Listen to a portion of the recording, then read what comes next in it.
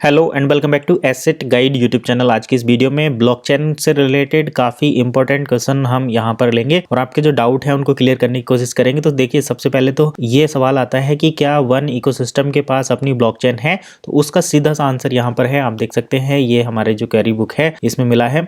Yes, we have a blockchain. तो blockchain है, blockchain used by Cadent is based on Ethereum. तो Ethereum पर बेस्ड ब्लॉकचेन है। मैं और यहाँ पर आपको पॉइंट आउट करके दिखाता हूँ। तो देखिए, जो ब्लॉकचेन है वो इथीरियम पर बेस्ड है। तो ये काफ़ी इंपॉर्टेंट सवाल हो जाता है। Whose programming language is solidity. तो प्रोग्रामिंग लैंग्वेज है solidity. Web 3 programming language is use to program. तो यहाँ पर बैव 3 प्रोग्रामिंग लैंग्वेज यूज की गई है प्रोग्रामिंग के लिए। और ये डिसेंट्रलाइज एप्लीकेशन डी एप्स, और इसको डी एप्स पर भी यूज किया जा सकता है। तो आप अगर जैसे ट्रस्ट वॉलेट अगर यूज करते हैं तो ट्रस्ट वॉलेट में जो आपकी डिफरेंट डी एप्स होती हैं उन एप्स को भी ज़्यादातर इसी प्रोग्रामिंग लैंग्वेज पर बनाया जाता है। तो ये सॉलिडिटी की काफी इंपॉर्टेंट बात है। Ethereum is well known, reliable, decentralize and easily programmable blockchain in relation to which the most decentralize application have been developed. तो देखिए, ये है यहाँ पर मेन बात। तो सबसे इंपॉर्टेंट चीज ये है कि वन के पास जो है ब्लॉकचेन है, और दूसरी बात ये है कि इसको सॉलिडिटी लैंग्वेज पर बनाया गया है, जो कि काफी ज्यादा प्रोग्रामिंग में यूज की जाती है। जितना भी वेब 3.0 और डी ऐप जो है, जैसे चाहे आप उसको NFT के फॉर्म में ले लें या फिर जो दूसरे क्रिप्टो प्रोजेक्ट हैं, वहां पर इथीरियम सबसे ज़्यादा ट्रस्टेबल है और रिलायबल प्रोजेक्ट माना जाता है। तो इथीरियम की जो लैंग्वेज है सॉलिडिटी, उसी पर वन ब्लॉकचेन को बेस्ड किया गया। अब देखिए, ब्लॉकचेन क्या होती है, आप थोड़ा सा ऐसे समझिए। जैसे ये एक ब्लॉक है, ब्लॉकचेन, पहले तो नाम से समझिए कि ब्लॉकचेन। तो ब्लॉक की अगर एक हम चेन बना देते हैं जो ब्लॉक है, तो मैं आपको यहाँ पर ये सर्किल बनाकर दिखाता हूँ। तो जब हम एक सीरीज की बात करते हैं, एक सर्किल को आपस में कनेक्ट करते हैं, जैसे ये इससे कनेक्ट है, ये इससे कनेक्ट है, ये इससे कनेक्ट है, ये इससे कनेक्ट है, और ये फिर आगे भी कनेक्ट होगा। तो अगर हम इनको ब्लॉक की फॉर्म में ले तो ये इस तरीके से हो जाएगा।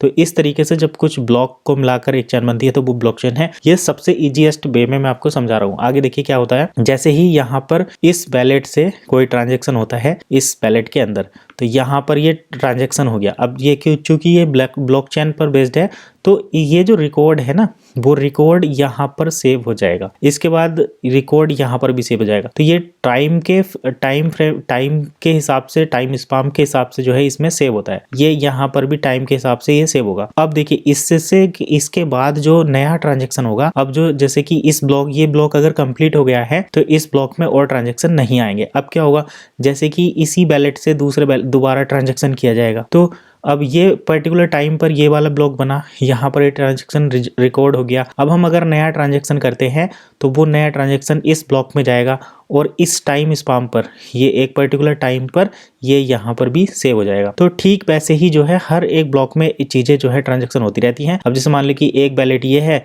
इस वैलेट से जो है यहाँ पर ये ट्रांजेक्शन हुआ, तो ये इसमें जैसे ये ट्रांजेक्शन हुआ तो इसको जो है इस ब्लॉक में ये आ गया कुछ टाइम पर, टाइम स्पैम के साथ, और यहाँ पर भी कुछ डाटा सेव हो गया। तो इस तरीके से हर एक सीक्वेंस के बाद ब्लॉक बनता है। अब देखिए, इसको एडिट कैसे नहीं किया जा सकता, क्योंकि ये जो, जैसे हम अगर समझे आज 9 बजे अगर ये ब्लॉक कंप्लीट हुआ है तो आज की डेट और टाइम यहाँ पर फिक्स हो गया इस ट्रांजेक्शन के लिए। अब मान लीजिए कि 9:20 पर ये वाला ब्लॉक बना और इसमें सारा डाटा टाइम फीड हो गया। अब 9:30 पर ये ब्लॉक बना और इस ब्लॉक में सारा डाटा और रिकॉर्ड सब कुछ सेव हो गया। तो अब ये टाइम के साथ सेव हो गया। अब देखिए, अब हमें अगर कोई इसमें इस डाटा के साथ छेड़छाड़ करने की कोशिश करेगा तो उसको यहाँ पर ये टाइम बदलना पड़ेगा। अब डिसेंट्रलाइज होने की वजह से ये जो ब्लॉक हैं ये दुनिया के लाखों करोड़ों कंप्यूटर्स में बन रहे हैं, और ब्लॉकचेन को अगर हमें कोई डाटा मैनिपुलेट करना है, चेंज करना है, तो आपको कम से कम यहाँ पर 51% जो कंप्यूटर हैं उनका एक्सेस लेना पड़ेगा।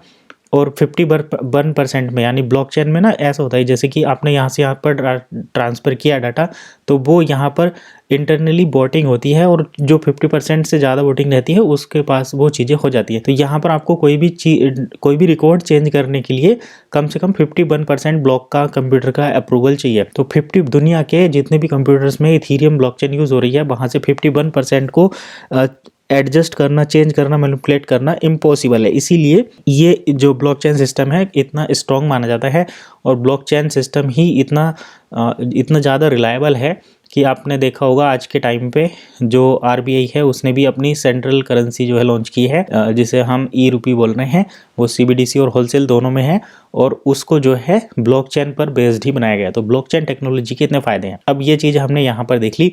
अब यहाँ पर एक और आपको मिलता है important point, risk of losing money is low, there is always risk in every kind of product and service, how is it low, IMA used to be a part of an ecosystem purchase membership. तो देखिए ये तो हम बात नहीं करें, हमने बात की है आज ब्लॉकचेन के बारे में। इतना ही आज इस वीडियो में हम कवर करते हैं। नेक्स्ट वीडियो में नई इन्फॉर्मेशन के साथ फिर मिलेंगे, तब तक के लिए कीप वॉचिंग एसेट गाइड।